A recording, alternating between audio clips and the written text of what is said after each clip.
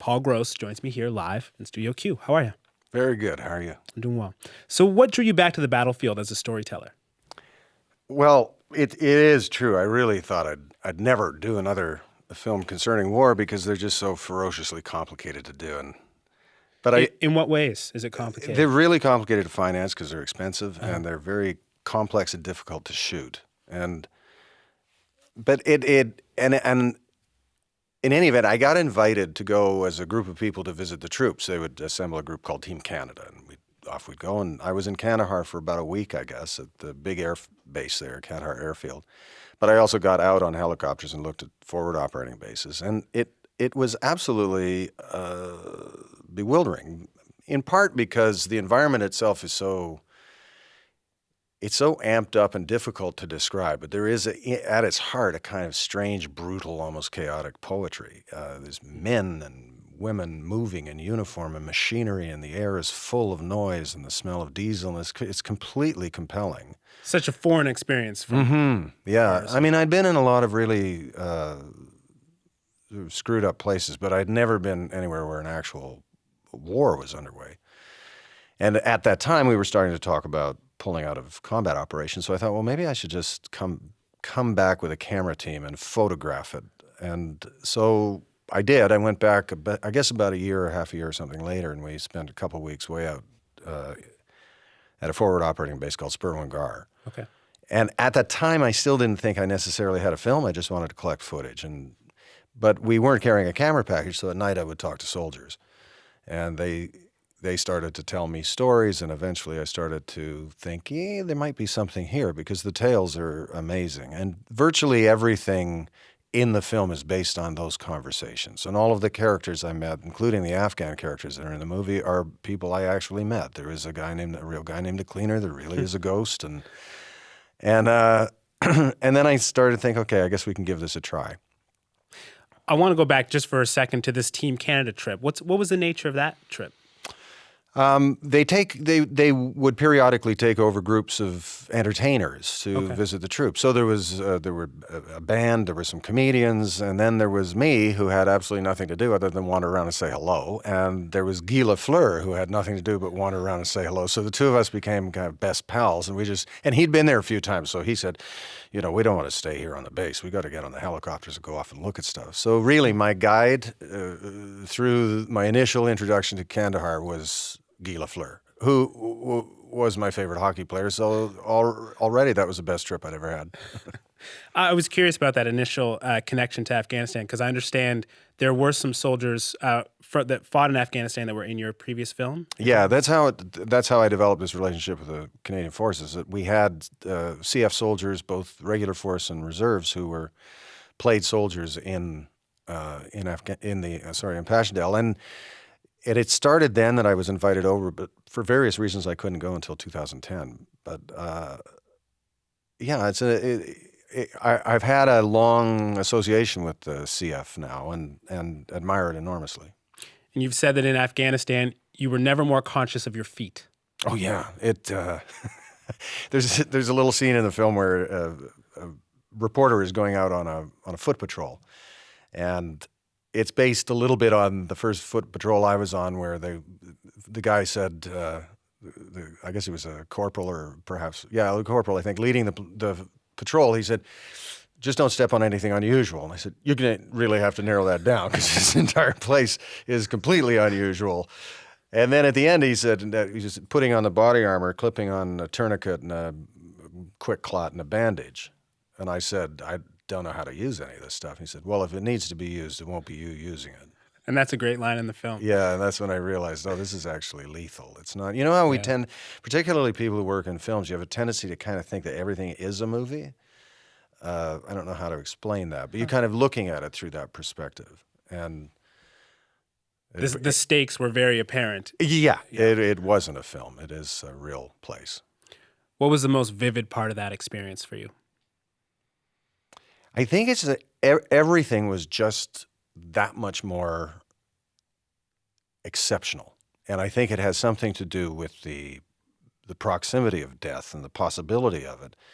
But, I'm not a huge fan of Tim Hortons coffee. I don't hate it, but I don't go there all the time, but there was a Tim Hortons at Kandahar. It was the greatest coffee I'd ever drunk in my life. And, everything you did was the greatest thing you'd ever done in your life. And I think I finally had some kind of visceral, tactile sense of why people are drawn back to it all the time, whether they're in uniform or whether they're conflict reporters or photographers. I understand the allure of that because it's really compelling.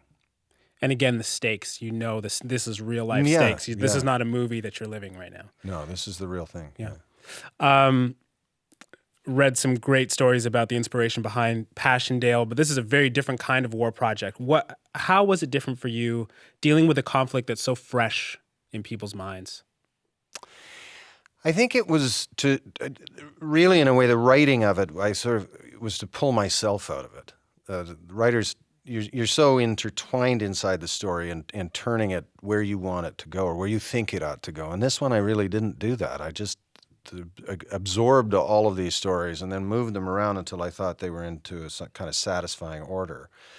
I think the trickiest part about it, though, is to try to capture what I felt to be so surprising when I was first there, which really was that it had nothing to do, bore very little relationship to what I'd been told it was, what we were all told it was by successive governments and by the media, which I think in general just sort of presented a very strange picture of it. It was vastly more complicated, vastly more dangerous, and that it was a place where the conflicting agendas existed almost everywhere.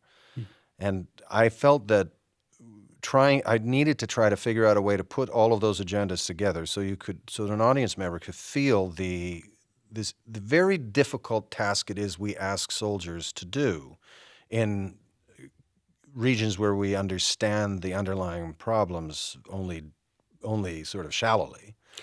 And so it took a while to figure out how to include the Afghan stories in it and make sure that everything had these kind of cross purposes. Because at the heart of it, I think, we hand over the leading edge of our foreign policy onto the shoulders of soldiers who are trying to find a moral route through a world that has essentially no moral compass. And I think it's fantastically complex what we're asking our friends and neighbors and fellow citizens to undertake. And when we do think, well, we should ship them off there, they ought to know more, we ought to know more about what we're asking them to do. So what surprised you most was not just the level of danger in terms of physical danger, but also the complexity morally of what's going on there, and that's what you're trying to convey. Yeah, I think so. You mentioned that a lot of the characters in the film are inspired by real people that you met over there. What reactions did you get from the soldiers when you told them you wanted to make a film about their lives in Afghanistan? Oh, that was wonderful because every soldier that was serving in Afghanistan felt that what they were doing was the single most important thing in the war effort, and that without them, the entire enterprise would collapse. So you could sit down with them and I'd say, so what is it that you do? And then they would talk for 2 hours. So I think they were all quite happy to have somebody other than themselves to speak with. And I felt that they all wanted me to understand that what their commitment was to the mission, how they understood it, why they felt it was important. It was really surprising. I thought that I would encounter more cynicism, but it didn't. It wasn't there. They were all quite committed to what it was. Now, whether or not the mission was right in the first place, or wrong, or good, or bad, or whether we should or should not have been there, I wasn't really interested in that. I was just interested in how they were coping with what they were being asked to do, and how it affected their families as well. Sounds like they were very excited to try to communicate a deeper understanding of what they were doing. Did you get the sense that they feel like the rest of Canada, doesn't understand exactly what they're going through? I think so, yeah, and I think that's also probably common to most militaries and in most conflicts. It is very difficult to explain to people at home what it is you do when you're in the war, and I think I found that to be, of course, very true in the First World War. A lot of the men who came back from that never did speak to their families about it, my own grandfather included.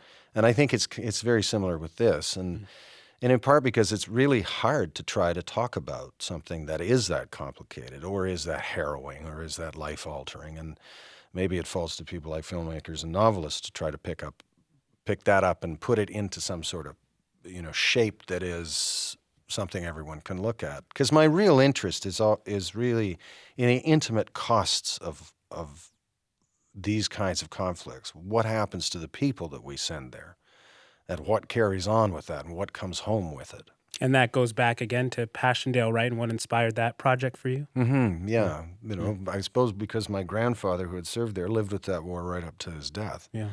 In one form or another, shaped his life and determined how he viewed the world. And So how do the soldiers in Afghanistan view us back here?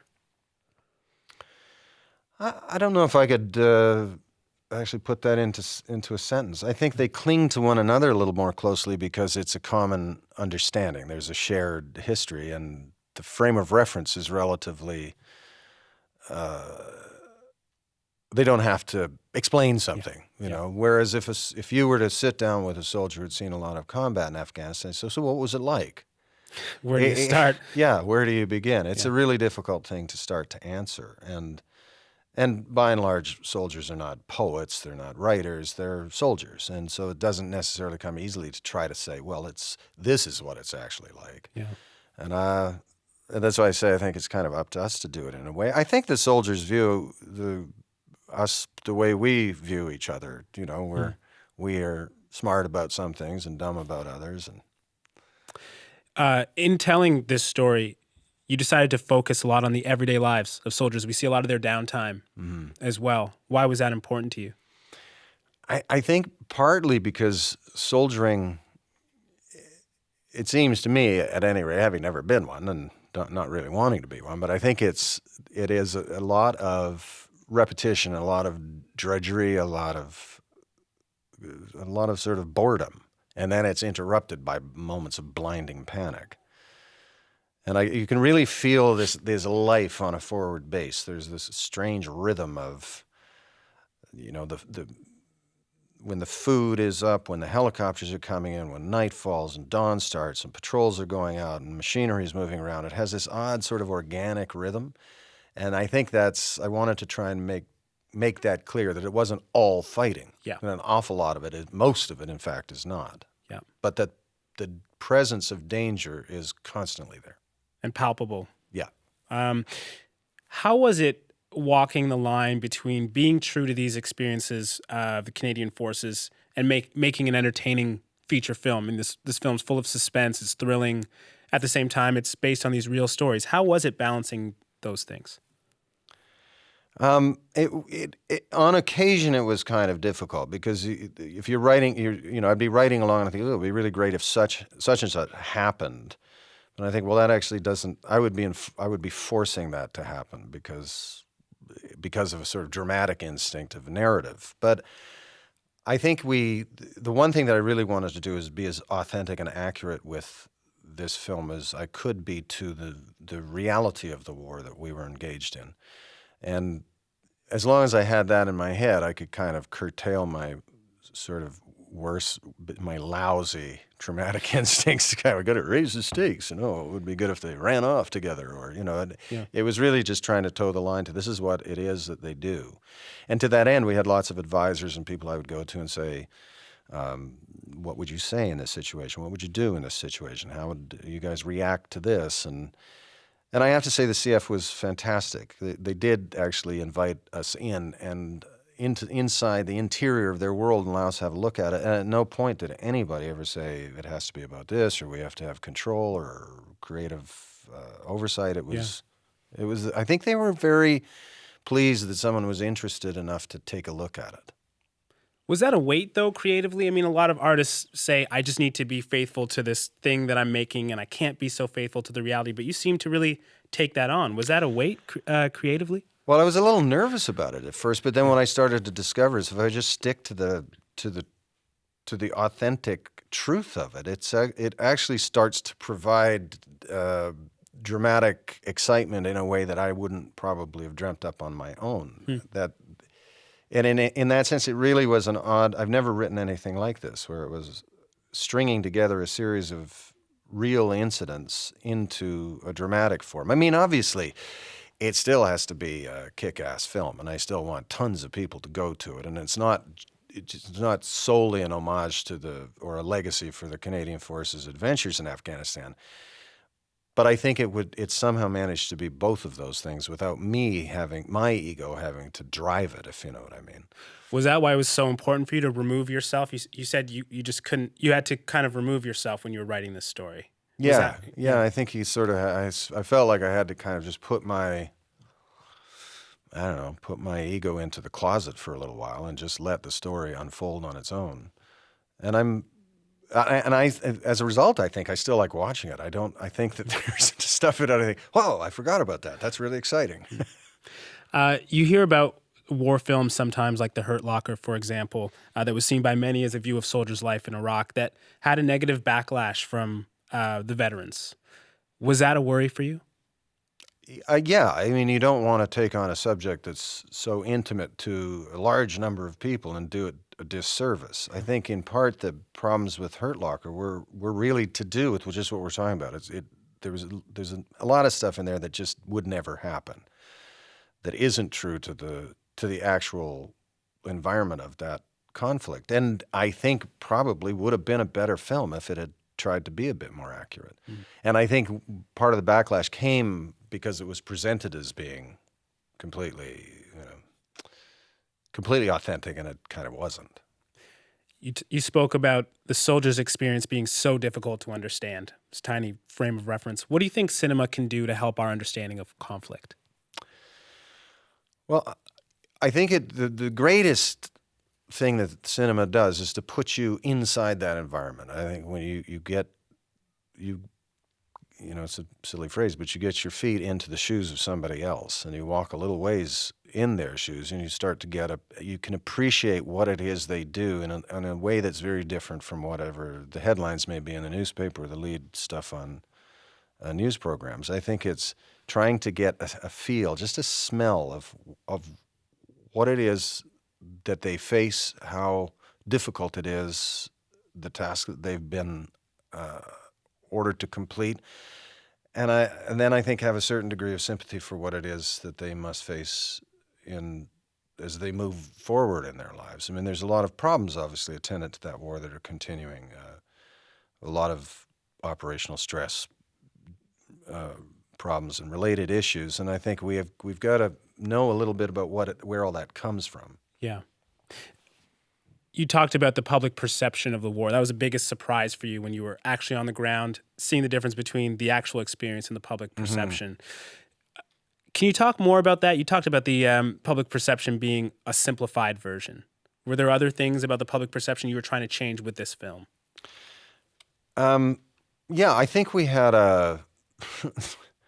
Well, I'll just speak for myself. Sure. I had a sense out of what successive governments were telling us, that we were there really to get girls to go to school and for kids to be able to fly kites and bring a degree of security. And I don't particularly blame anybody. I think governments always soft pedal what it is they're asking their forces to do. But I think the media really dropped the ball on this. There were a few very good reporters, but a lot were not, or they were parachuted in for a couple of weeks, and they had to kind of come up with a story. And I think they would arrive with a certain story in their mind, which was going to hold the government to account for what they said was the mission. Mm-hmm. Underneath all of that, I mean, yes, there was efforts to get kids to go to school and fly kites, but underneath it was the actual war, what we were predominantly absorbing our time and energy with. And that didn't get an awful lot of coverage.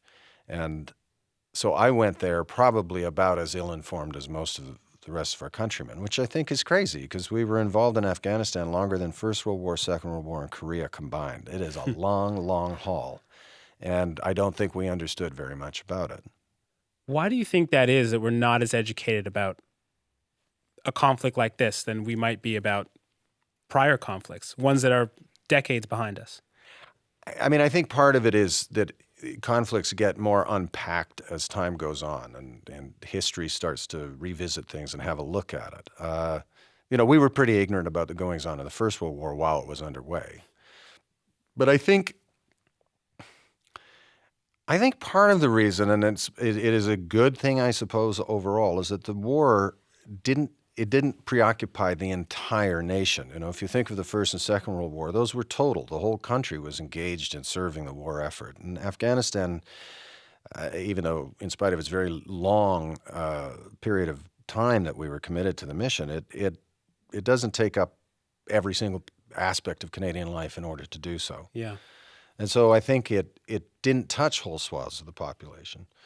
But nevertheless, it is our country, and it is our fellow citizens who are engaged in something, and we ought to know what we're doing, particularly because the world is so obviously, manifestly unstable, particularly the area of the Middle East. And there are lots of people talking about, well, we ought to go in and engage ISIS, you know, in on-the-ground warfare. And I think, well, maybe not, I don't know, but at least we should know what we're talking about when we talk about that. So this film gives a more nuanced picture of what's going on in that region. But do you ever worry about people getting too much of their history lessons and geopolitical lessons from film? Yeah. I think film should only be, this is your introduction. This is like the introductory paragraph. And then you got to do the actual work and find out what's really going on. Because it is funny, isn't it? You start to get this really skewed version of history, particularly if you look at films. I mean, if you only thought about the settling of Western North America from Hollywood Westerns, you'd really have a really messed up view of things. Totally. Yeah. Audiences are endlessly fascinated by soldiers' lives. Why do you think that is? Well, I think it's because they do a job that is, then, with very few exceptions, there are a few other occupations obviously similar to this, but it's a job where when you sign on the dotted line, you're essentially agreeing that you're willing to die on behalf of your country should it be so ordered. And I think that's something we don't quite, none of us live with that kind. I mean, I think when you signed on here at CBC, there was no clause that says, I, Shad, am willing to die in service of this corporation. Yeah, if my director says you have to die, yeah, no. Yeah, I think that's a hard thing to get into our heads, what it is they do, and I don't think most of us are probably willing to do that. So I think there is a fascination just at the core of somebody who's willing to do that, and they're willing to do it on our behalf, not for money or not for anything else. They're doing it for us, which does not make me a militarist at all. I prefer we didn't have any wars, but I am fascinated by the people who are willing to do that. Now, interestingly, despite that fascination, I don't think we see a lot of Canadian war films. No, and for, kind of because of what I said earlier, they're very, very difficult to do. They're really expensive, and I don't think there's, I've produced Passchendaele with, among many other people, but one of them was Niamh Fitchman from Rhombus Media, and I think Niamh and I are the only two people stupid enough to try this. It'd be a lot simpler to do a fairly small film with two people in a room. But do you think it's just the expense, or is it something about Canadian audiences and war, or Canadian audiences in our military? I think that's part of it. I think, and it's also maybe Canadian filmmakers and our cinema history, which it never really featured in as part of it. Whereas if you think the British have always had war film, Australia's early films also dealt with war, and obviously the United States, or the French for that matter. We just tend to not have made them. And so our tradition kind of came out more of, sort of auteur filmmaking, film festival, kind of art circuit film, which isn't particularly dominated by war film, obviously. So I think it's not just part of our history of cinema, but there's also, it's sort of not, we don't think about it much. Yeah. I wondered if it was something about our sensibility around war in general, and the fact that... I think it is, and I think, we're very proud and justifiably that we, under Lester Pearson, invented peacekeeping, and we're terrific at it. And it's been a long time since we were engaged in full-on conflicts like Afghanistan. So I think it's kind of a new thing that's happening, and that we're maybe more aware of us as a fighting army and not so much as a peacekeeping army. We're exceptionally good at both. There isn't right now a lot of peace to be kept, and there wasn't any in Afghanistan. And so I think that's probably going to shift a little bit as we start to realize what the challenges that we face worldwide are just going to be different. And we're going to have to grapple with that, whether it's in art or public conversation. I think so, yeah. Have you screened the film for any of the soldiers that you met over there? Yeah, we have. We've had a lot of, not a lot. We've had a few screenings for veterans. Not so much people. Some people who were that I met over there, but also just vets that I didn't know necessarily, but had come to see it, and the reaction's been really encouraging. And in some cases, it's been quite alarming because it's. I guess you can say, well, it's a good thing for the film because it is authentic enough, but it's been really disturbing to certain veterans because of the events in it, and I think we've got to be mindful, we as the people who are putting the film out, that this is a really emotional subject for a lot of people, including the soldiers' families, and make sure that they understand this isn't like a cartoon. It's pretty close. Were you surprised a bit by that I level of was actually, emotionality? yeah. It was really unnerving. General Romeo Dallaire saw it a while ago, and he found it really upsetting, and it took him a while to kind of pull himself together. He wasn't in Afghanistan, obviously, but he said the thing is, it's for most veterans when they watch it, if they've experienced really harsh, disturbing conditions, they'll have another film running while they're watching yours, and it's the film of all of the things that they've seen and been party to. And I hadn't really imagined the reaction to be quite so strong, but yeah, I think it's something we've got to kind of sort our way through and make sure we have some sort of an alert, But it is from that standpoint, it's encouraging that I think, well, we've been able to reach whatever that bar was that we set, that this is a pretty authentic portrayal of what it was. How has making this film changed you? I absolutely would never want to be part of a war, and absolutely never want to make another war movie. Although you did say that last time. I know I said it last time. Oh my God, I'll stay out of it. I don't. I think it changed an awful lot about what I thought about things that are going on in the world and the questions of how to solve them. So there's lots of discussion about the Middle East all the time. I've spent a lot of time in the Middle East, and somehow I think I used to maybe not pay attention to the military solution arguments, and I'm not sure they exist any longer. And I think it's because of that, of being there in Afghanistan. I think this is really ferociously complicated terrain, and not necessarily stuff that can get solved at the end of a tank barrel. And it sounds like you're still moved by this experience of what soldiers carry back. Mm-hmm. Yeah, and I think we need to, we need our governments and other organizations to be committed to the follow-up for what they have done on our behalf. And there are some great organizations out there, Wounded Warriors being just wonderful, who work with veterans and with their families. But there's not quite enough of it, and the government, I think, should be trying to do more. It's a startling statistic when you realize that more soldiers have killed themselves than were killed in combat since it started. And I think that's stuff that obviously needs to be addressed more aggressively. And because we're asking them to do an awful and tremendous thing, and we shouldn't ever abandon them. That's heavy. Thank you so much for your time, and congrats on the film. Thank you very much.